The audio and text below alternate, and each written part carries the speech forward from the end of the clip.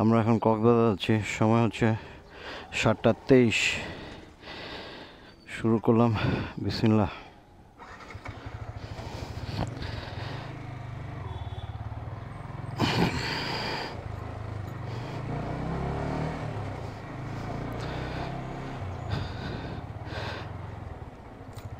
যেতে যেতে আপনাদের সাথে অনেক বিষয় কথা হবে ইনশাল্লাহ। মোটামুটি ইচ্ছা ছিল অনেক দিন আগেরই, গতকালকে ডিসিশন নিয়ে ফেললাম যাই কক্সবাজার। একটু লং ট্যুর দেওয়া হয় না বেশ কিছুদিন হলো।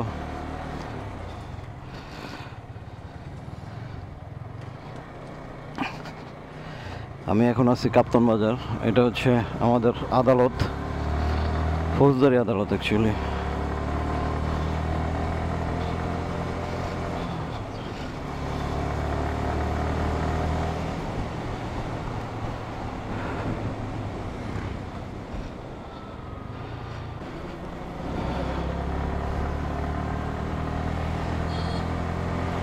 কুমিল্লা সিটি কর্পোরেশন, এদিকে হচ্ছে জেলখানা।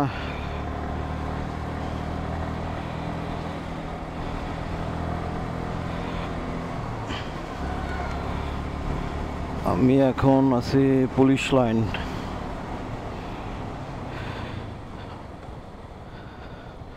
এই জায়গাটাতে অনেক খাওয়া হয়েছিল, ছাত্র জনতার উপরে অনেক অত্যাচার, অনেক মারধর, সব কিছুই করা হয়েছে এখান থেকে। এইটাও ঘেরাও করা হয়েছে শেষমেশ। এইভাবে করেই কুমিল্লা শহরে বিজয় আসে।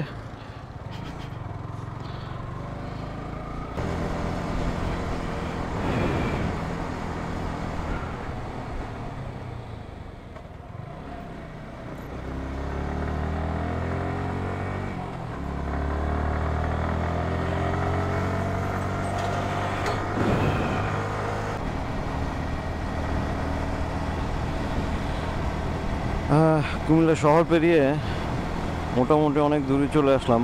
এখন যেখানে আছি সেটা হচ্ছে চৌদ্দগ্রামের ভিতরেই, আর কিছুক্ষণ পর ফেনী চলে আসব।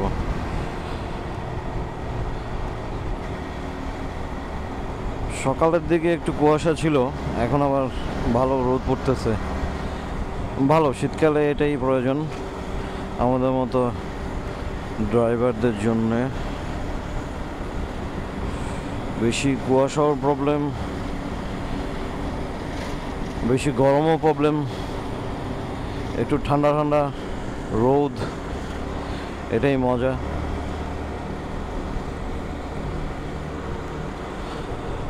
আজকের রাস্তা কুমিল্লা পর্যন্ত মোটামুটি বেশ জ্যামই ছিল, সব লরি যা চিটাগংয়ের দিকে যাচ্ছে। তারপরও মাঝে মাঝে কিছু ফাঁকা পেয়েছি। যখনই ফাঁকটা পাই তখনই একটু টানার চেষ্টা করি।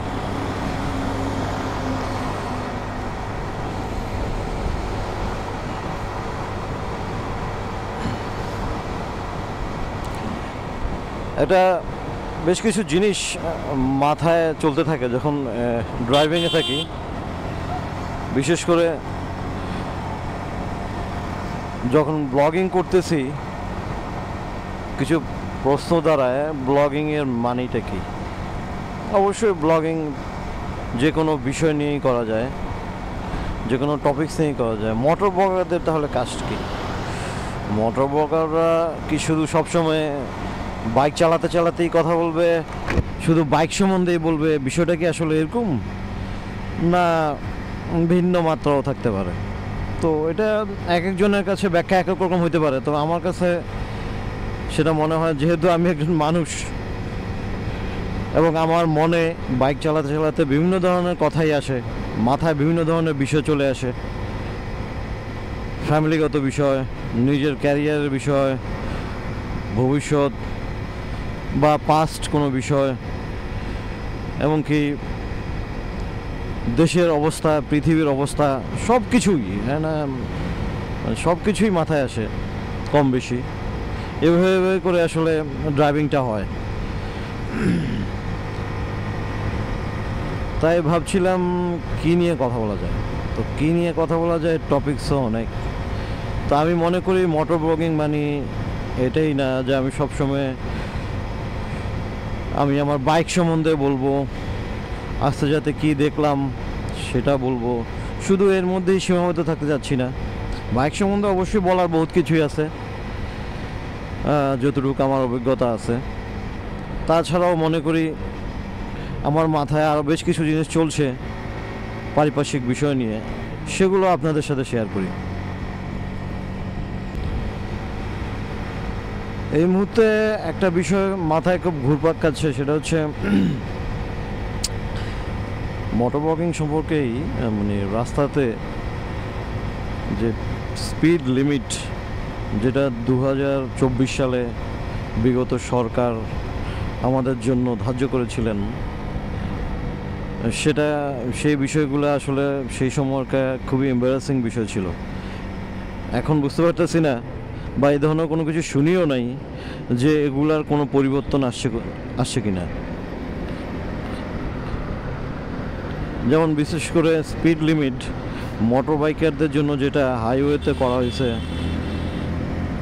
50, এখন দেখেন আমি 60-এ চলছি, সম্ভব এই লরিটাও আমার আগে চলে যাবে। তো সুতরাং আমাকে এখানে স্পিড বাড়াইতে হবে। আর সেই স্পিড বাড়ানোর প্রয়োজনটাই বা কেন? সেটা হচ্ছে আমি কি চালাচ্ছি, সেটার ক্যাপাসিটি কি, সেটার কন্ট্রোল পাওয়ারটা কি, সেটার উপর ডিপেন্ডস করে অনেক কিছুই। যে কোনো একটা লিমিট যে কাউকে চাপিয়ে দিলে সেটার সমাধান হচ্ছে না। মোটরসাইকেলের অ্যাক্সিডেন্ট কমানোর জন্য যে পলিসিগুলো বিগত সরকার করেছিলেন,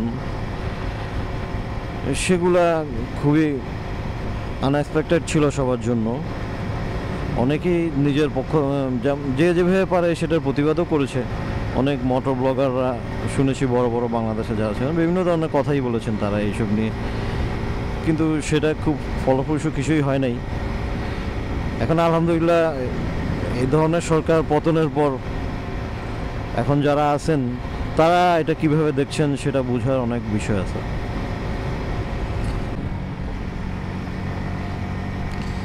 আমার আব্বা একজন শিক্ষক ছিলেন, তো ওনার কাছে এলাকার মোস্ট অফ দ্য স্টুডেন্ট বা ওনার কলেজের তারা ইংলিশ শিখতে আসতো, ইংরেজি গ্রামার বিশেষ করে। তো আমার ছোটোকালেই মনে আছে উনি প্রায় একটা উদাহরণ দিতেন সবাইকে, ছাগল দিয়ে হাল চাষ করা যায় না। বিশেষ করে ট্যান্সের রুল পড়াইতে গেলে এটা উনি বেশি করে বলতেন। তো আমারও ওই কথাগুলো প্রায় মনে পড়ে, বিশেষ করে বিগত সরকারের বিভিন্ন কাজকর্ম এবং তাদের এইসব নীতি নির্ধারক যারা ছিলেন তাদের কাজকর্ম দেখে। তো এই বিষয়গুলো আদৌ এমন কিছু ডিসিশন এগুলো যা অ্যাকচুয়ালি কারো পক্ষেই মানা সম্ভব না। তো দেখা যাচ্ছে এমনই রুল করা হয় যা মানতে কেউ আগ্রহী না। তাহলে এই ধরনের রুলের মানে কি? এই হচ্ছে বিষয় আর কি। তখন যারা ছিলেন ডিসিশন মেকিং করলেন, তারা কি বুঝে এই ধরনের ডিসিশন নিলেন সেটা আমার মাথায় ধরে না। তাদের মনে হয় না কোনো ধরনের অভিজ্ঞতা আছে। তাদের মূল কথা হচ্ছে অ্যাক্সিডেন্ট কমাতে হবে মোটরসাইকেলের, কারণ অ্যাক্সিডেন্ট মোটরসাইকেলের কন্ট্রোললেস বেশি, নিয়ন্ত্রণ রাখা যায় না, ইত্যাদি ইত্যাদি সমস্যা। গড় অ্যাক্সিডেন্টের হিসাব করলে মোটরসাইকেলের পরিমাণই বেশি, তো সেটা কেনই হবে না। কথা হচ্ছে বাংলাদেশে সেই সময় শুনেছিলাম প্রায় 40 লক্ষের উপরে মোটর বাইকার, এখন তো মনে হচ্ছে প্রায় 45 লক্ষ ছুঁই বা পেরিয়েও গেছে হয়তো। এখন যেটা সংখ্যা বেশি পরিমাণে, তো অ্যাক্সিডেন্ট হলে সেটারও রেশিও বেশি হবে। তাছাড়া যেটা সাধারণত বলা হয় যে স্পিড অ্যাক্সিডেন্টের একটা মূল কারণ, হ্যাঁ সেটা অস্বীকার করা হচ্ছে না, সেটা অবশ্যই ঠিক। কিন্তু বিষয় আর অনেক কিছুই আছে। অ্যাক্সিডেন্টের জন্য শুধু স্পিডই দায়ী নয়, আমাদেরকে যে লোয়ার সিসি আগের অনুমোদন ছিল সেগুলো অনেক বড় কারণ ছিল। যেমন আমি এখন R15 চালাচ্ছি এবং পাশাপাশি সুজুকি বা অন্যান্য ব্র্যান্ডেরও 150cc বাইক রয়েছে এবং বেশ কন্ট্রোলিং পাওয়ার অনেক উন্নত, এবং অধিকাংশ বাইকেরই এখন ডুয়াল ABS সিস্টেম। তাছাড়া এই বছর থেকে, গত বছর থেকেই শুরু হয়েছে শেষের দিক থেকে 300 থেকে 350 সিসির লিমিট। তো এই 300-350 সিসির লিমিট আসার পিছনে এখানে অ্যাক্সিডেন্টের মাত্রাটা স্বাভাবিকভাবেই অনেক কমে যাবে, কারণ হচ্ছে কন্ট্রোল পাওয়ার। যে বাইকের সিসি লিমিট বেশি সেটার কন্ট্রোল পাওয়ারও অনেক বেশি। তাছাড়া 150cc আমরা যেটা এখন চালাচ্ছি, 55 সরি, সেগুলো এমনভাবেই তৈরি করা হয়েছে যে একটা বড় হায়ার সিসি বাইকের যেই ধরনের ক্যাপাসিটি থাকে কন্ট্রোলিংয়ের, এখানেও তাই আছে।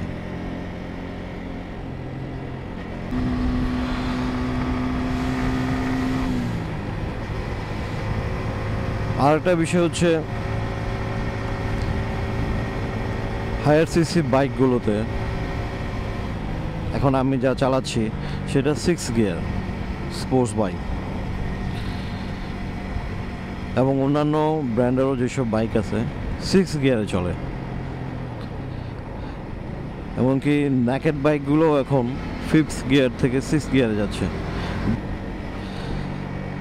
এখানে একটা উল্লেখযোগ্য বিষয় হচ্ছে, যদি কোনো গাড়ি অলওয়েজ লো স্পিডে 50-60 কন্টিনিউয়াস চলে, তাহলে সেটা ইঞ্জিনের জন্য খুব ক্ষতিকারক।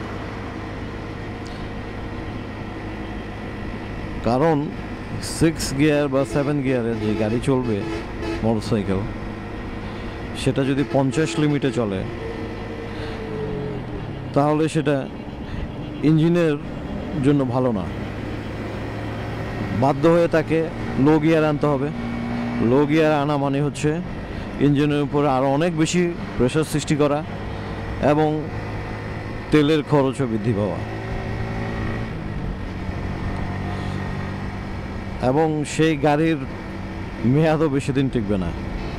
যে এখন 350cc রয়্যাল এনফিল্ড বা অন্য যে সমস্ত গাড়ি আসছে বাংলাদেশে, সেগুলো 6 গিয়ারে যদি 50-এ চলে, তাহলে বাইকাররা ভেবে দেখেন আপনি গাড়ি কয়দিন কন্টিনিউ করতে পারবেন।